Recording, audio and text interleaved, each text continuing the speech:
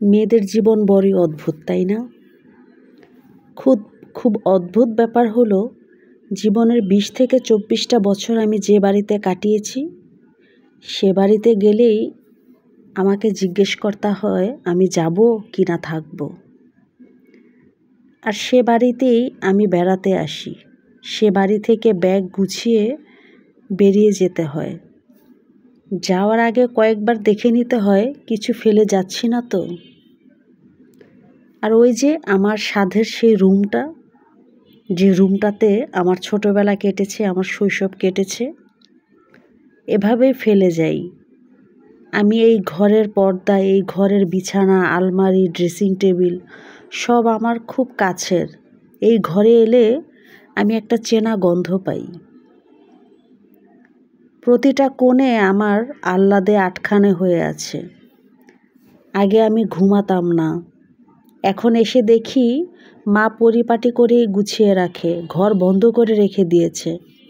না হলে কেউ এসে ঘরে ঢুকে ঘরটাকে এলোমেলো করে দিতে পারে। কত রাত জেগে কাটিয়েছি এই ঘরে বান্ধবীদের সাথে, কত গল্পগুজব করেছি। আরও কত আলোচনার সাক্ষী আছে এই ঘর।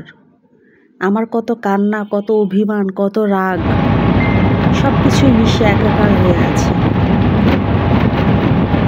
রাতে ঘরে জানালায় বসে আকাশ দেখেছি কত সারা রাত। চাচাতো ভাই বোনদের নিয়ে কারেন্ট চলে গেলে কত আড্ডা দিতাম ছাদে বসে। ছুটির দিনে পুকুরে শালিক পাখির মতো ঝগড়া করেছি মায়ের সাথে। কোথায় গেল সেই দিনগুলো, তাই না? হারিয়ে গেছে জীবন থেকে। এখন বাবার বাড়িতে এলে মনে হয় নিজেকে মেহমান।